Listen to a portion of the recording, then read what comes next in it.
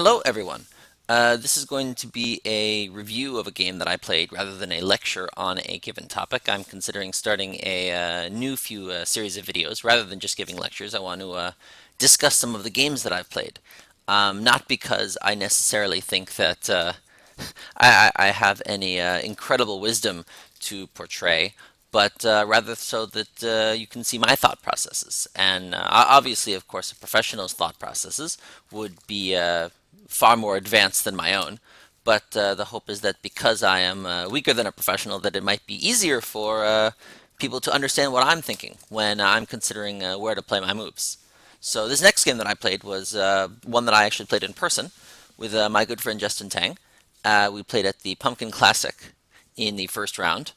And yeah, this should be a really interesting game to go over. It was a very hard fought game between the two of us. And the other reason I'm doing this is because he himself actually posted a review from his own perspective on this game. And I have purposefully not looked at the review that he has made yet. The idea being that if you like, you can view each of our perspectives on how each of us think we did without knowing how how each other perceived each of the moves. So I'm hoping that after I post this, I can go look at his lecture and laugh at our different perceptions of what was going on. So yeah, Justin is a little bit stronger than me. He's a strong 6 Dan, nearing 7 Dan. I mean, on my best day, maybe I could pretend I'm a 6 Dan, but in reality, I'm probably just a pretty strong AGA 5 Dan. So he's about 1 stone stronger than me, and our handicaps suited that. It was a no komi game. I got to be black. So yeah, let's get going. The opening was pretty basic. I made an enclosure, he approached. The choice of approach is a good thing to think about. It's not like 017 was a bad choice. He could have approached at 017 and that would have been fine. But the whole idea behind R14 is I've already built up some potential in the lower right corner. And so white wishes to do his utmost to reduce my potential to develop on the right side, since I've invested all 3 of my stones on the right side. Now, he could have played a move at R10, and R10 wouldn't have been a bad move either, but R10 is considered a little bit more passive. If I want to, I can just Tanuki R10. R10 threatens nothing. R14 has a great follow-up, of course, with a double approach, and it provokes me to respond. And, it makes sure that he can get a more settled position and a better idea of what's going on the right side of the board. So I just decided to play very simply. I could have pincered. There would have been nothing wrong with pincering him. But I decided to play very simply. The top side, because of his star point, is very high potential for him. So by playing 017, a low strong move, I was able to reduce his top side potential. And I know this is, of course, a very, very simple Joseki that I'm sure all of you are familiar with. And we end it very, very nice and simple, no complicated variants, just a simple thing. So after this, the next choice is black's to move. And as most of you should know, approaching a 3-4 is generally considered larger than approaching a 4-4. So that's what I did. He then does the tight, severe pincer. The 2-space high pincer would have also been possible, but with this way, white can put the maximum pressure on black stone. So I play a very standard C3 move. And G3 is a slightly new move. It's a few years old, though, so I hope many of you are familiar with it. And then I play this, which is the classic continuation. And he descends down, which is the other continuation. And so here is where you get to a few variants. So one of the worst moves you can play here, one of the worst moves you can play here is this move. The problem with this move is that this happens. Yeah, and if this happens, then black, of course, is horrified, because black can't make 2 eyes in the corner, and black has Gote right now. This is a sickening result for black to get. So the old-fashioned move, or I should say old-fashioned, it's maybe a few years old, is that black used to play here. And then white would get Miai to play here or here, A or B. And in the olden times, white would almost always play B. Or white would always play A, and black would get this, and white would extend here. And this was a very standard result. Black gets a very safe and secure corner. White gets groups on both sides, but those groups aren't anything special. They're just two, generic two space extensions, neither of which are 100% secure in terms of territory later on.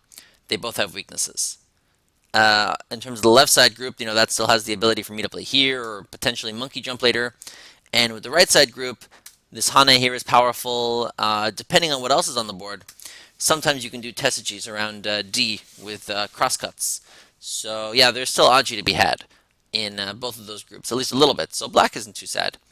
The more complex variant, however, is when white decides to move into the corner and black pincers. And then what'll happen sometimes is white will bump and then jump in an attempt to split black.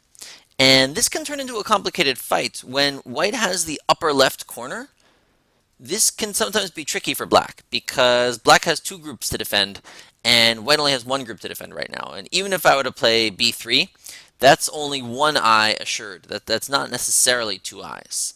So this can be a little bit complicated for black, and it annoys black sometimes. So the most modern move that black plays is c6. And then white, of course, has to stand up, and then black plays down. And so the advantage of this, of course, is that I always get the c2 move. And the idea behind this move is that if white defends himself here, I will get this great chance to pincer his d7 stone. And, I can make this work. I can do an attack on the stone and rip apart his left side and get a good result. So he, of course, knowing this, Justin defends himself on the left side to prevent this from happening. But this, of course, leaves his bottom group open to me. So I'm going to start attacking that group. So he jumps up, and I jump up as well. And he's still worried about the connection, and for good reason. So he jumps up as well. And this kind of jumping is it's rarely seen in Q games, but in Don games and especially in professional games, this kind of jumping is almost common because of just what you can do to the other player if they don't jump in some kinds of situations like this. He knows that I can do nasty things to him if he doesn't jump again. For example, and this is just if I want to play very, very simply. There's more complicated attacks I can try. But if I just wish to play extremely simple, I can do this. And this might not look like anything incredible, but this is a fantastic exchange for black to be able to get. This does so many things for me. So obviously it fortifies my wall, and it basically stares down at white's entire left side, basically daring white to try and make any substantial points there. It's easy to do reductions. I don't have to worry about invading. It's easy to run away. And this whole wall of mine just it looks to the center to do all sorts of fun things. Afterwards, maybe if I can manage to get A, that suddenly I will manage to form a moyo around a huge portion of the board. Now, if I want to be more severe, there are also moves like this I could try. And this can get very, very complicated, depending on where he goes and depending on where I go. A lot of things can happen. This is a very severe move. So, yeah, you could also even consider doing this. But yeah, he doesn't like all of that, and for good reason. He does this move.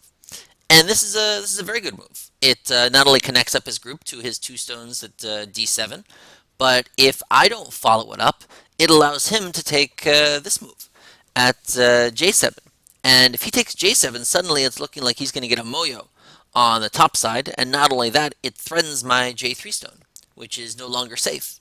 After he has a on the board, he can play something maybe like n3 or even something simpler like o4 and just really shred my side down to third line nothingness if he really wants. So I need to respond to this move as well. And so now I'm managing to build myself a bottom right moyo, and he of course doesn't like that. If I manage to get r9 next, that would be very, very good for me. Maybe I considered afterwards, maybe I should have played here. This would have been very nice. If I could have forced him to respond in some way, this could have been very good for me. But the issue is, this move is simply so large for him that he might be willing to take a little bit of damage on his upper right group if he can get this move, because it's just so gigantic. So I felt I had no choice but to play it immediately. So he then takes some sensei moves to secure his connection, and then plays a move to destroy my lower right. But that's fine, because he destroyed my lower right, I now have the ability to destroy his upper left. So I take this approach, and he responds at d14, which I thought was pretty passive of him. Um, I thought he could have played more severely, or at least maybe sealing the corner up like this, and then black is left. If I just jump like this, then he still gets this move. And I mean, I could maybe play something like this at this point, but this isn't a result that white cries about. Black's top still has some vulnerabilities, and white's upper left is getting very large and more secure by the moment. Maybe actually, I probably should have even played here. Yeah, this is important. I should have done this, and then dared him to go into my top side if he wants to fight about it. So yeah, I thought it was a little bit passive of him, but still, I can't call it. I don't know if it's a wrong move. So then I decide to be aggressive here and just invade the corner. And this is something of I won't call it a new move, but it's invading the corner right after your opponent does a one-space jump rather than a knight's jump is somewhat new in terms of style. The idea is that f17 still retains a good chunk of flexibility after this move if he splits me in half. So for example, he didn't actually split me in half, but if he does split me in half, the idea with this is, even after we go through this, I can still get this move, and maybe I can get this move, and then I can still go here, right?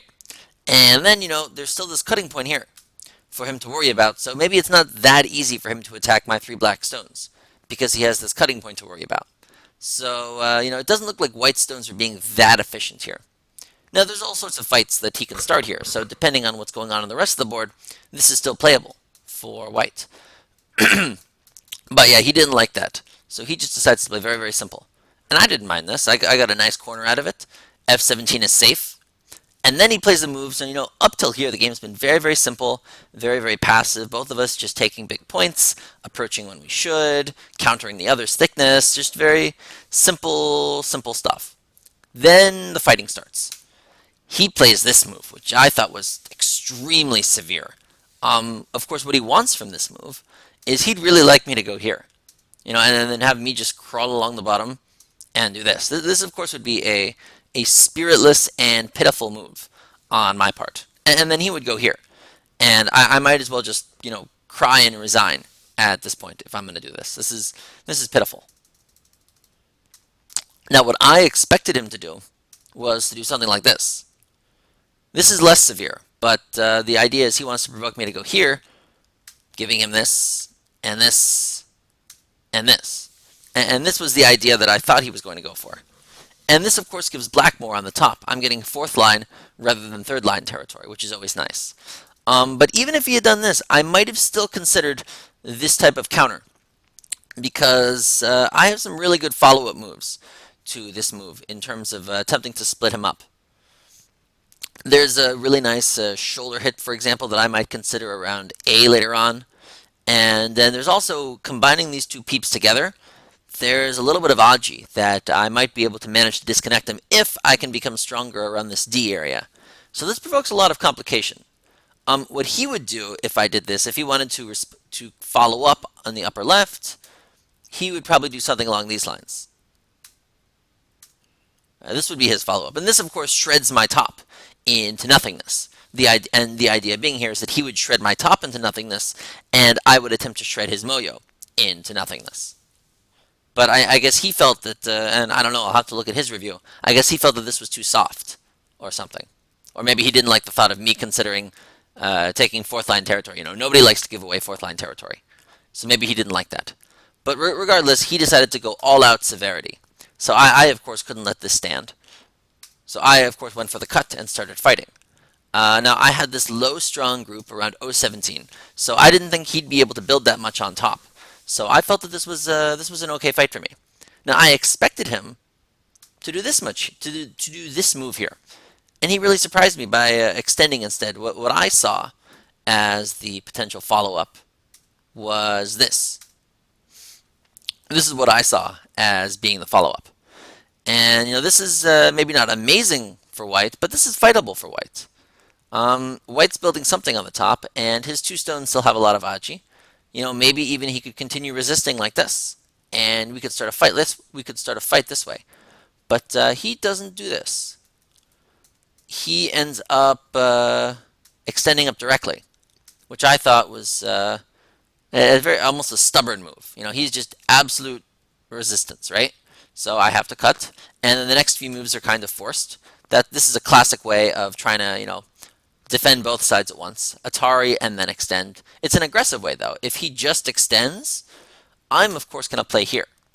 And this is not a very pleasant fight for him to have to deal with. Yeah, even if he can manage to squeeze life down there, Black is very, very satisfied from being able to do this.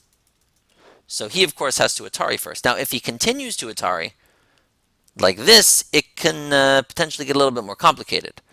If, for example, I follow up like this might lead to a lot of complications for him.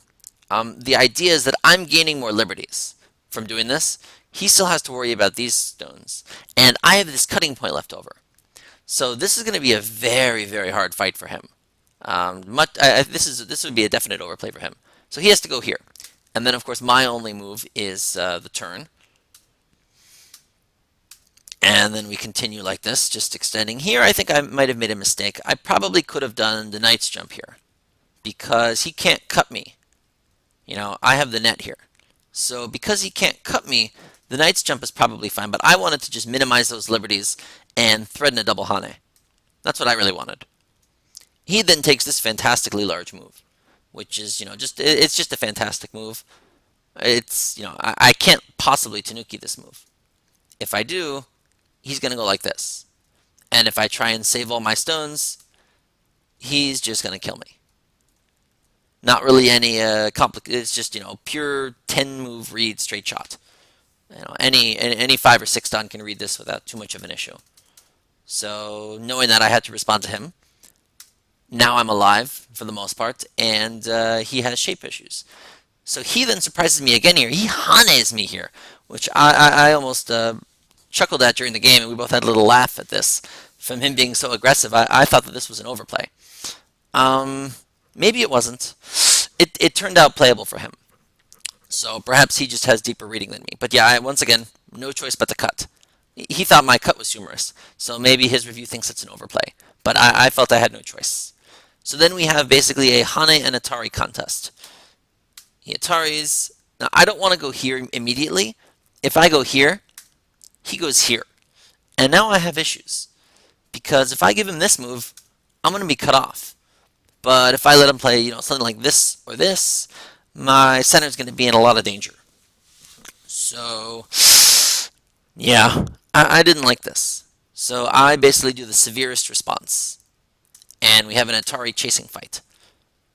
He follows up, and I continue. My idea here, if he insisted on attempting to continue, Black has a very simple move.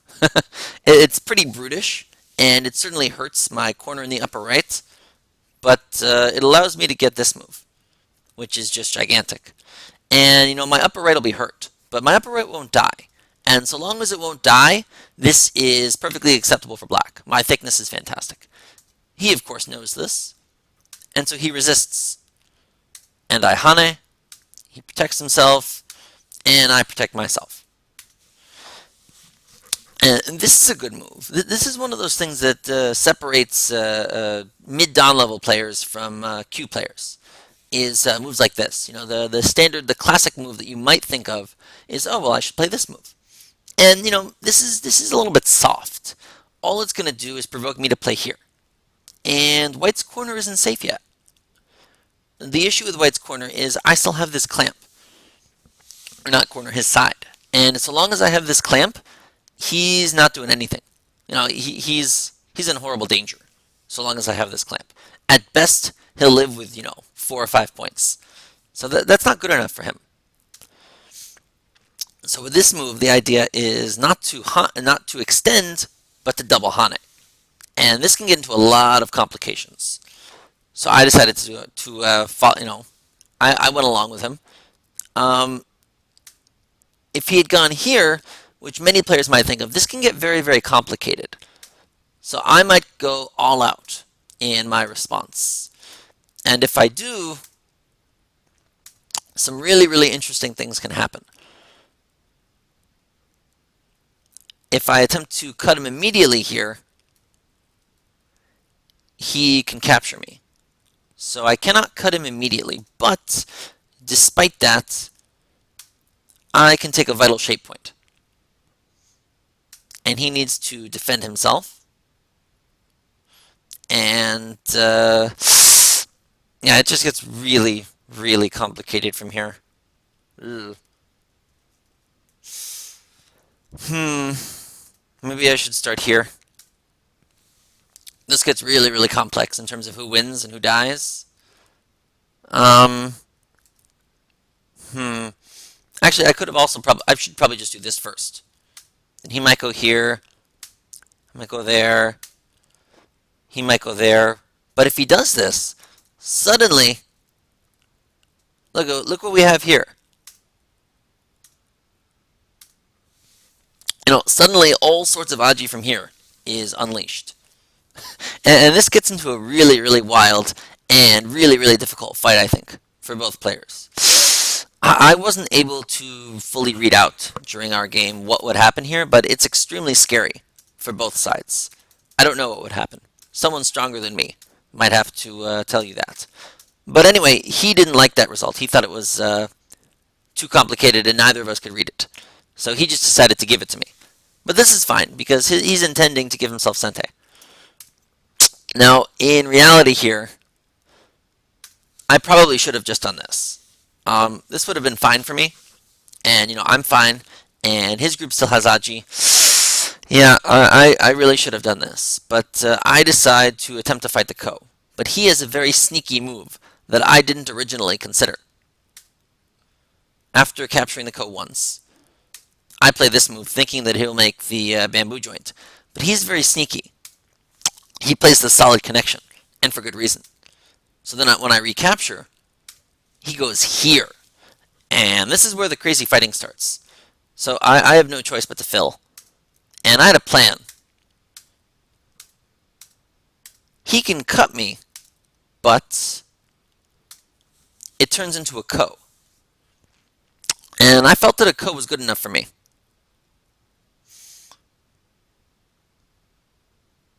If he captures directly, this actually gets pretty interesting. Yeah, so what would happen here is he wants to trick me.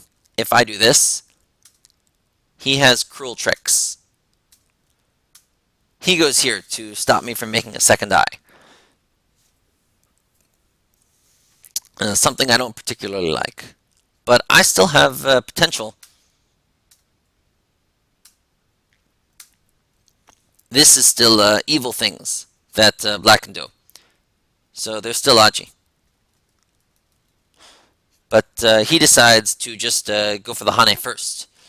And by going for the Hane first, he allowed me this Ko. And he said afterwards that this might have been a mistake on his part. Yeah, so now we have a big Ko fight for my inside group. And I basically have one threat on the board. I don't know if you can find it. It has to be really big, of course. This is, of course, basically the only threat that I have. If he captures my group, I am probably going to do something along these lines. And this should be okay against him. If we do this, my thinking was that I would hopefully win this fight. Well, my thinking was that I would win this fight by 1 liberty, so I mean, let's hope I do. Yeah, my reading was accurate.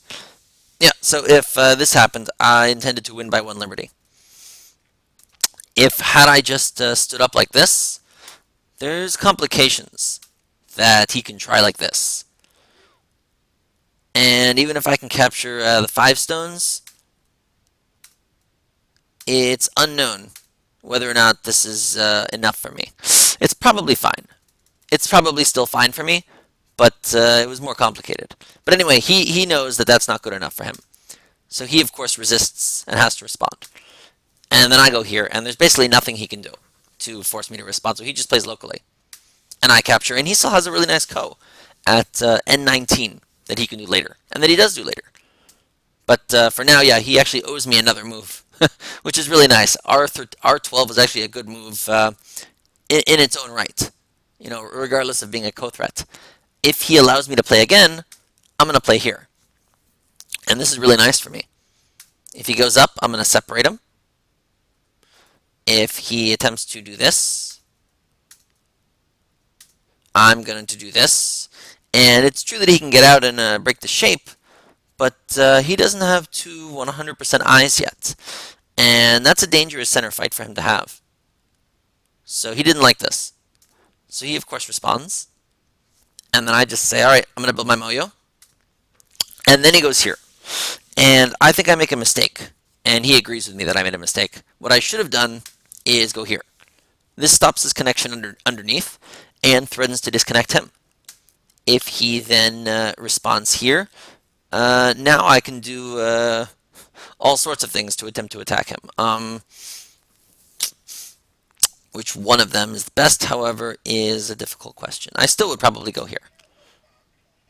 This is probably what I would still do.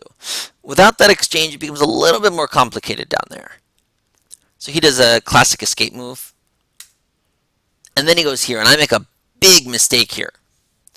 I didn't make that h4 exchange. Had I made the h4 exchange, this would be much, much easier for me. The issue is he goes here now. And now if I attempt to do h4, he's not going to be so nice to me as to respond. He's probably just going to go here and get himself out of there safely. And then maybe something along these lines. There might be a better variant, but this is just the basic idea that occurs to me. Of course, if he cuts, or if I cut, he just goes here and keeps himself connected. And it's really hard to kill this group. It's really, really hard. So the issue is I cannot play here because I was scared he would go here. And if he goes here, he manages to connect himself. And I get some compensation, which is nice. But his result is still too good. He's basically ripped apart my Moyo, and I've only gained a few points on the bottom in exchange for it.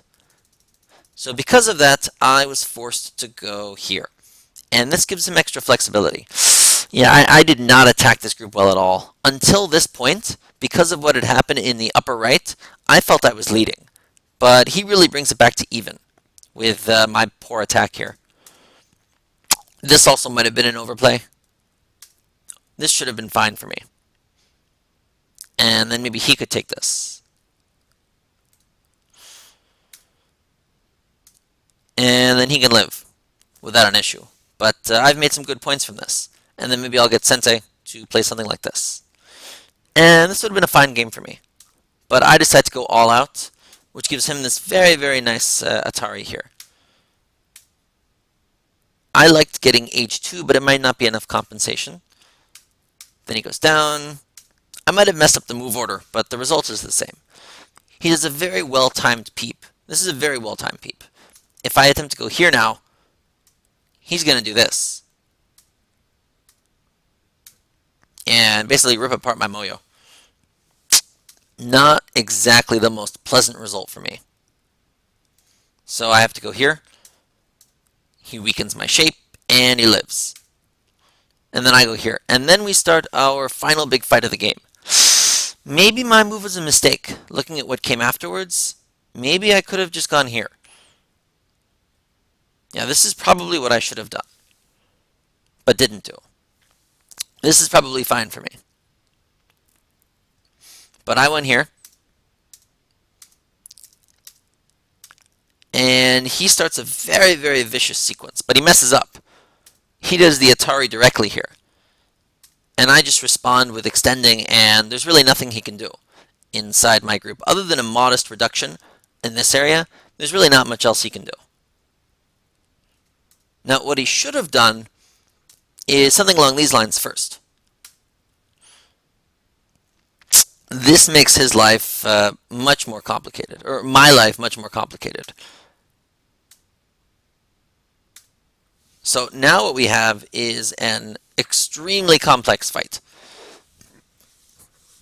As for who's alive, who's dead, requires a lot of reading, and I'm not sure if he can pull something out here, then he wins, right? That's all he needs. So there's a lot of complications in there, which I didn't particularly like. The other idea, of course, for him is to actually just go here and then go like this. And there's a lot of nasty things. A lot of nasty things that can occur here if I'm not so careful. Yeah, if he goes here first, yeah, this is this is potentially pretty bad for me. Yeah, this is not good. Not good at all. Of course, if I attempt to run out like this, he goes here, and bad things happen. If I go here, he just kills me. So yeah, if he does go here, I would be forced to play here, allowing him to play that. But if I allow him to play there, yeah, my center can't live. And if my 4 stones there die, he wins. So the moral of the story is, uh-oh, this is really bad. Had he done this, I probably would have resigned. Yeah, so moral being, should have gone here. Much simpler for everybody involved. If he attempts to viciously counter my move, I might attempt to counter him back and go like this. Try and capture those stones, which is pretty big. Yeah, the issue is he might go here first, and then here to strengthen himself, and then go here. So this is where this part of the fighting could get really complex. I'm going to go there, cut off there. Let's see. Does this work?